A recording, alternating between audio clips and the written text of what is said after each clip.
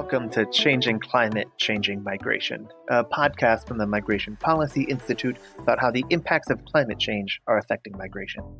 My name is Julian Haddam, and I'm the editor of the Migration Information Source, MPI's in-house online journal. Over the next few episodes, we'll be discussing all aspects of climate migration. We'll ask how the impact of the climate and environmental change is affecting people's movement within their own country and around the world. As we will hear, migration is one response to fast-moving disasters such as hurricanes and wildfires, as well as slower onset changes such as desertification and sea level rise. But it's not necessarily the default response, or even the best one for a lot of people. Instead, we'll be asking who it is that migrates in response to environmental change, why, and what happens afterwards.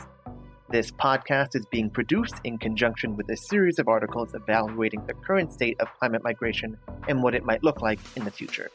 Those are online at migrationpolicy.org/climate. Today, I want to get a handle on one of the big issues of climate migration. I want to ask why people might decide to move in the face of environmental changes, and how that decision might be a bit more complicated than it appears at first glance. My guest for this episode is Alex de Sherbinin. Alex is a geographer at Columbia University who focuses on the human aspects of environmental change.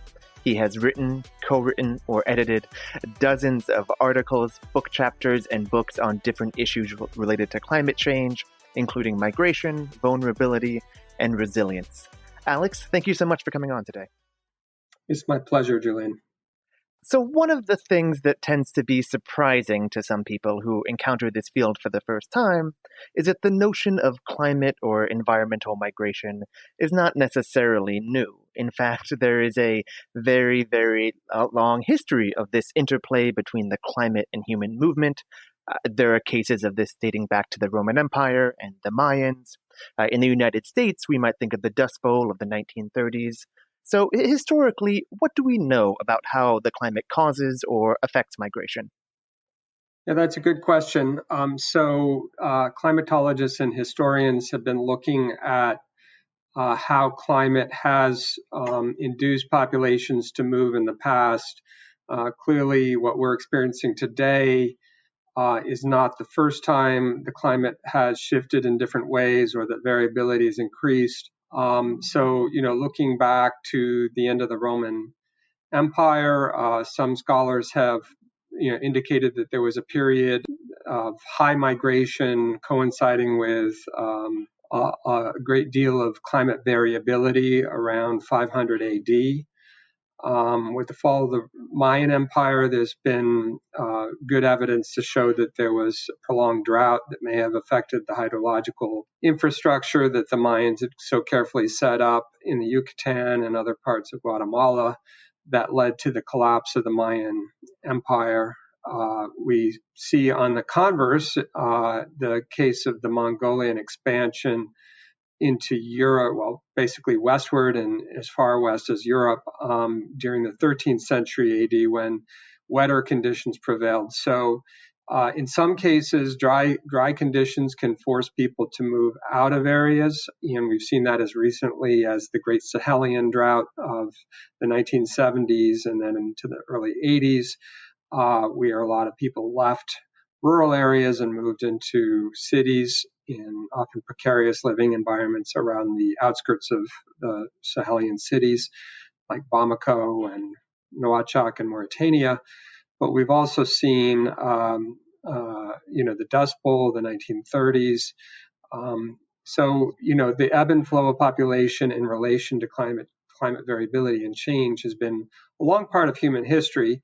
I think what we need to be careful about is that is not to become climate or environmental determinists, which basically is a school of thought that was prevalent, say, in geography in the first part of the 20th century, where you ascribe a lot of causality to climate that may not be fully grounded. So you want to look at the situation and say, humans have always had volition, humans have always been able to choose where they live, and in some cases, climate factors have exerted a push factor, but it's not necessarily the only thing that's going on, and that many many societies have successfully adopted or adapted, I should say, to changing environmental circumstances, especially if they occur gradually and over time.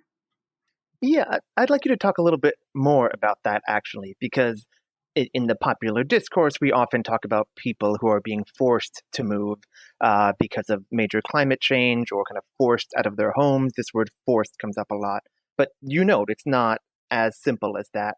So say a little bit about that distinction and the difference between an individual's or a household's desire or volition to move versus being forced to move, and some of the different factors that go into that decision making process.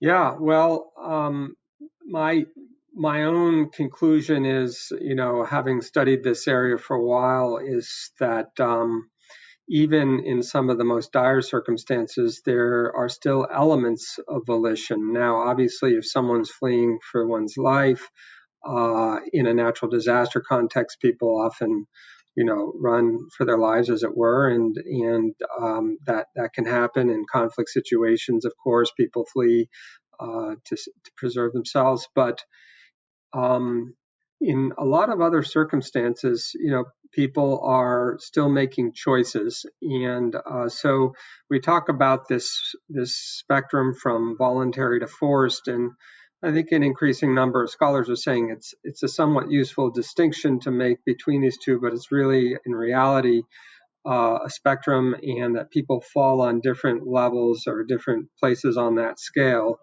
The reality is that people are making choices, and that often that locus of choice can also differ heavily from the household making a decision collectively to individuals who make decisions that are for their own good, but not necessarily taking into account the larger household. So it's there's a lot of factors at play, and then there's also situations that arise where people choose to move or they'd like to move, but they don't have the capabilities. So there's this notion of aspirations and capabilities that people may aspire a better life, they may aspire to escape circumstances, but either because of financial constraints or legal or policy barriers, they're unable to move. So there's a lot of factors at play determining whether someone is able to move or not. And so you're talking there about what we sometimes call trapped populations, right? So people who maybe can't afford or don't have the skills, or there are legal barriers or other things that prevent them from leaving an area that might be facing some severe climate environmental changes. Is that right? I mean, who are these people? And I guess what are the barriers that they face? Yeah, good question. I mean, there's actually a bit of scholarly debate. I mean, this is an area of the social sciences where, probably common to most of the social sciences, there's often more disagreement than there is common agreement. But the idea of trapped populations came up during the context of the Foresight report on global change and and environmental migration. And they basically had this notion that there were people who, for whatever reason, could not move, but they may be in need of assistance to move. So planned relocation might come into play, or social protections. Then of course, subsequently, a lot of social scientists have gone out to the field and said, well, where are these trapped populations? Show me people who meet this criteria or this category. I think it's as invariably a little bit more complicated, and it depends on a lot of different contextual factors in different parts of the world. But commonly you'll find that there are women in certain regions of the world who are unable to move, maybe because of gender biases about migration. They're not or their children or their caregivers, and they're not able. So they're caregiving for the children or for their older adults in the family, and they're not able to move because they have that culturally defined role. You've got other circumstances where people simply may lack the means, or there may be policy restrictions that keep them from going to where they want to go.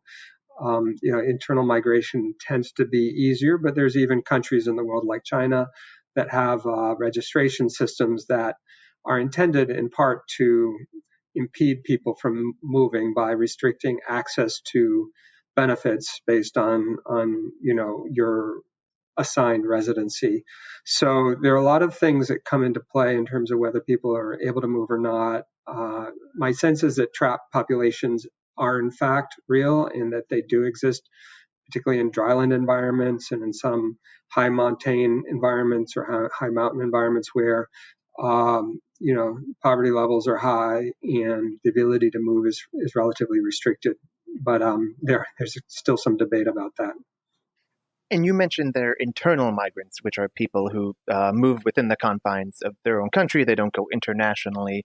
And I mean, these are the majority of migrants generally in the world, and also the majority of migrants who are moving in response to factors including climatic and environmental change, right? I mean, most of these people we're talking about are going to be within their same country and different regions as opposed to international, right? Correct. I forget the exact ratio, but I think it's 3 or 4 times as many people migrate internally as migrate internationally or cross borders. Reality is we do not have a good fix. That in fact, the international data system and demographic data systems that we have in place are simply inadequate to really be able to give us a good read on the total numbers of people moving internally within countries. That's something that the demographic community is taking steps to try to address by increasing demographic surveillance and setting up monitoring systems. But the reality is that when people move, you could have serial moves where you move first to a local town and then you go to a slightly larger city and then you move to the capital. And you have the temporal dimension, you have stocks and you have flows. All of this makes monitoring migration a lot more complex than, say, monitoring births and deaths in a country.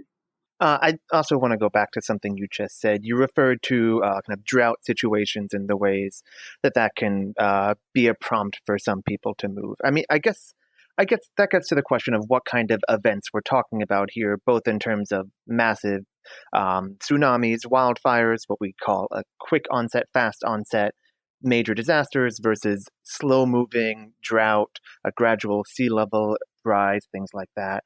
I mean, how do you think about those? How do you make a distinction between which kinds of environmental events drive which kinds of movement? And I mean, how do the people who are affected by those different events kind of weigh the different things happening to them and how that impacts their desire or their ability to move or not?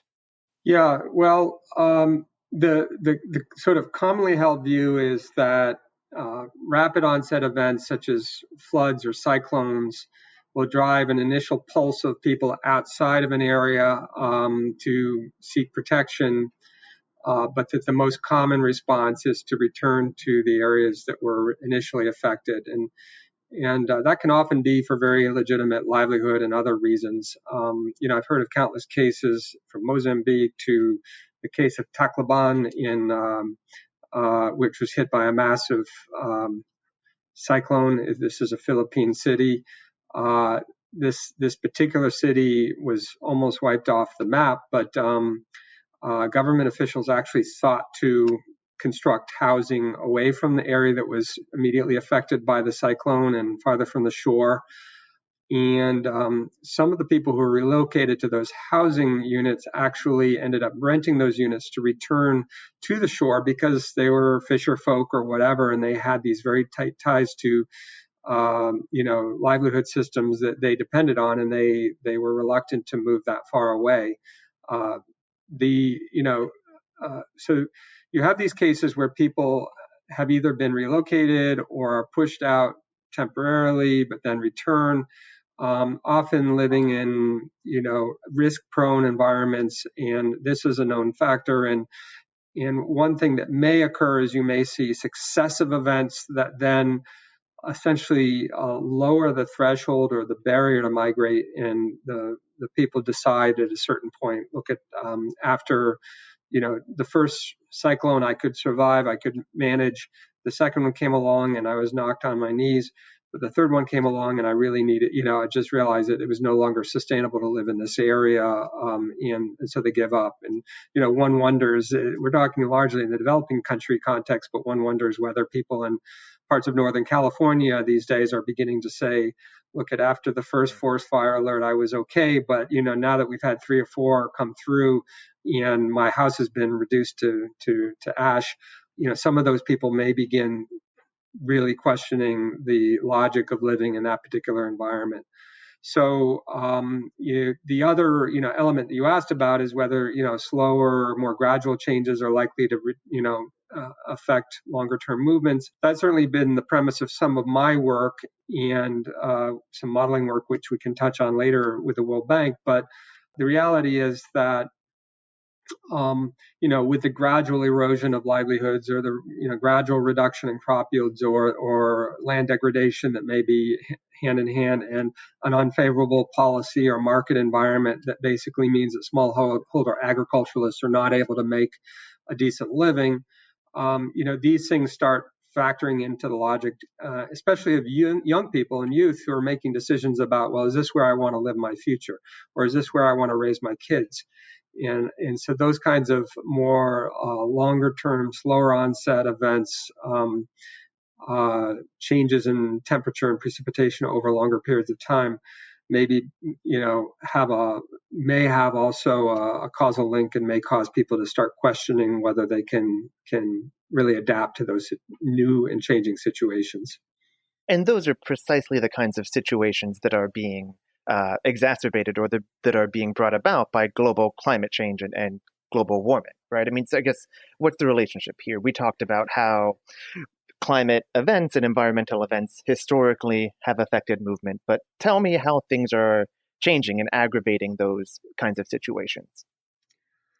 Well, you bring up an important point, and the issue of attribution, in other words, does any one extreme event, whether it's the fires in California or a massive cyclone in Florida or some other part of the world, actually link to climate change? So there's an important part of the science that's going into attribution, and the climate science community is actually rising to that challenge and running models to show that in certain circumstances, the probability of a certain event occurring has been increased substantially as a result of global warming or climate change.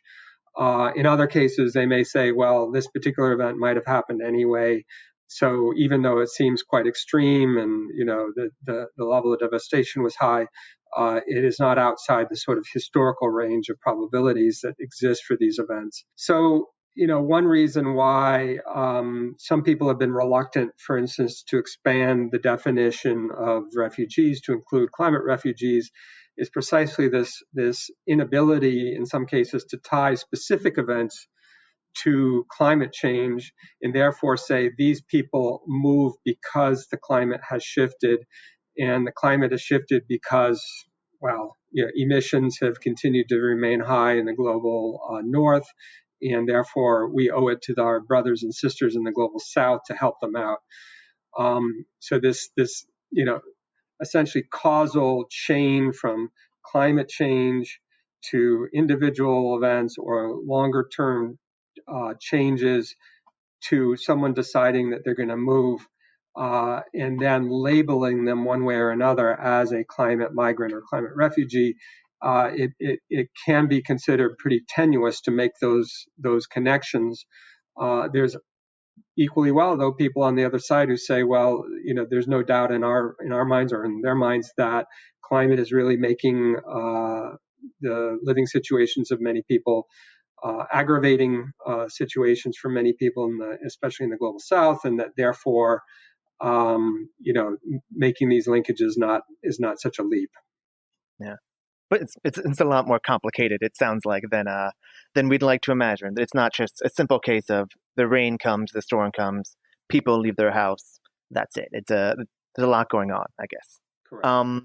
So we talked about some of these challenges. I guess what are the solutions, or what are people, what are governments, what are academics, research organizations, etc., kind of doing to forestall or respond to or just get a sense of what kinds of movements are happening or are not happening in response to or in the midst of changing climate conditions. So one strand of work that I've been involved in is modeling future climate change migration. I would call it climate change migration. As I said, I'm going to caveat that immediately in saying that I'm actually increasingly, being discomfited by that notion, because I think people move for a lot of reasons, and climate is often, maybe the last trigger or one of many factors that could, in fact, lead someone to migrate. So I'm going to call it climate migration, but understand that I have some reservations about that term. And so we for the World Bank produced a report called Groundswell, which is a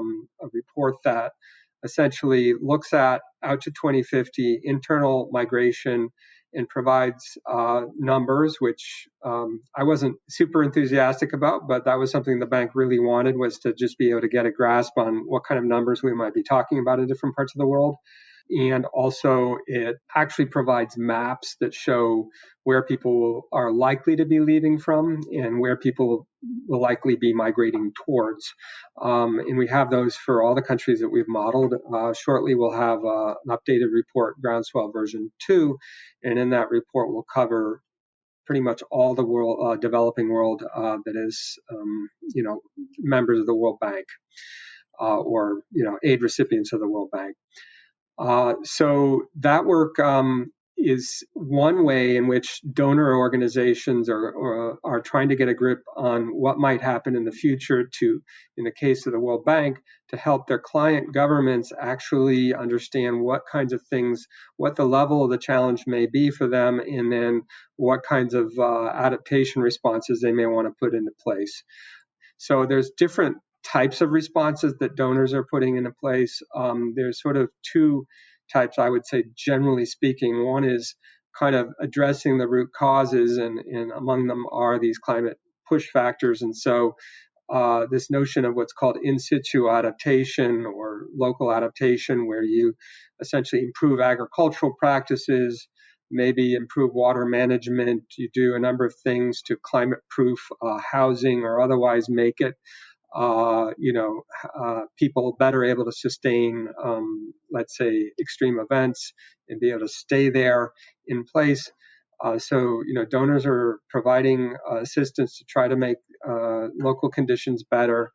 On the other hand, they're also working on things like migrant-focused initiatives, where you're either trying to facilitate insertion of migrants in destination areas or help people who are stranded at some level if they're migrating internationally. Generally speaking, these are targeted towards obviously people who have moved or are in the process of moving, and trying to protect their rights and make sure that they actually have what they need to have in terms of protections.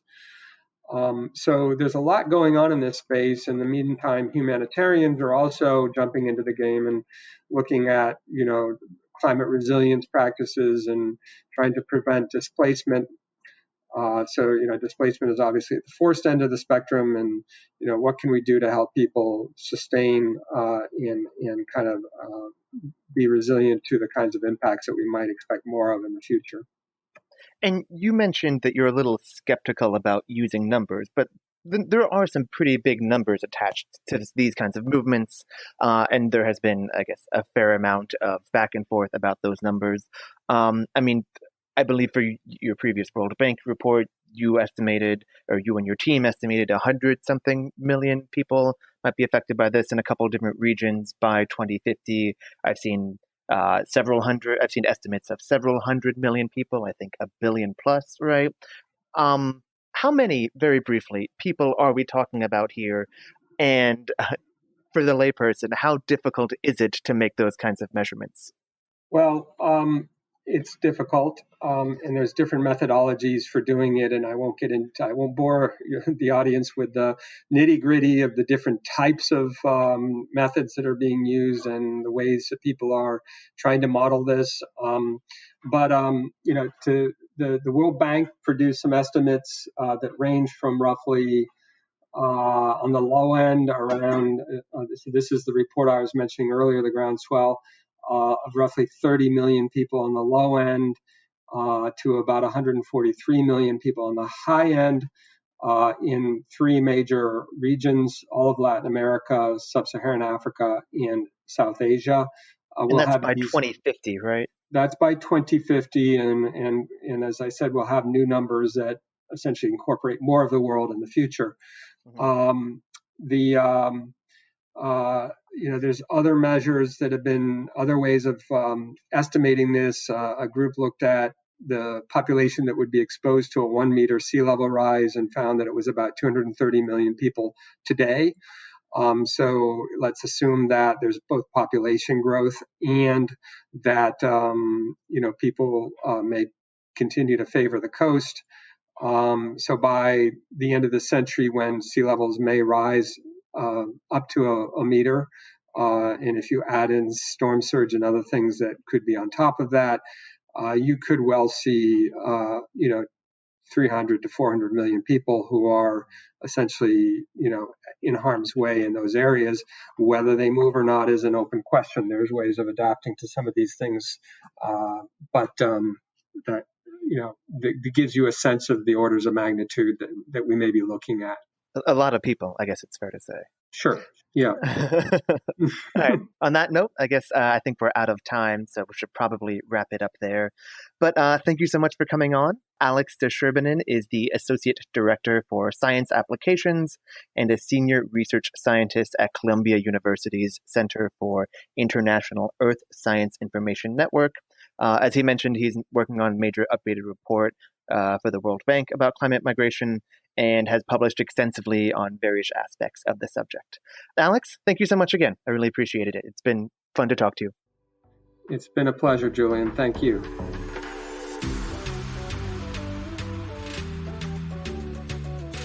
Alex and I touched on a lot of issues, but two things really stuck with me. One is that there is a long history of people moving in response to or amid climate and environmental change. It happened before, it will happen in the future, and it's also happening right now. Related to that, the other thing that stuck with me is this question of causation. When people move in the face of environmental change, is it those changes which are causing their movement? Or is it other things, like changes to their ability to earn a living as a farmer, which may be distinct from but related to the environment? In some cases, it might be that the accumulation of lots of changes or repeated events over time are impacting their ability to move. As we've seen, this issue can be pretty messy, but that's what makes it really interesting, and it's why I'm excited to continue exploring it. In coming episodes, I'll dive into some of the different aspects of this migration and movement. In some cases, it can lead to violence. In others, it can be a way to build resilience against some of the negative impacts of climate change. So please stay with us. Find episodes online at migrationpolicy.org/podcasts or subscribe through your favorite podcast app. And please leave us a review. You can also find articles about this topic from Alex and a range of other analysts at migrationpolicy.org/climate. This episode was produced by Lisa Dixon and Kenya Guerrero, with special assistance from Michelle Middlestat and Sarah Stadecki. Music called Touch is from Patrick Patrikios. My name is Julian Haddam. Thank you for tuning in, and I'll see you next time.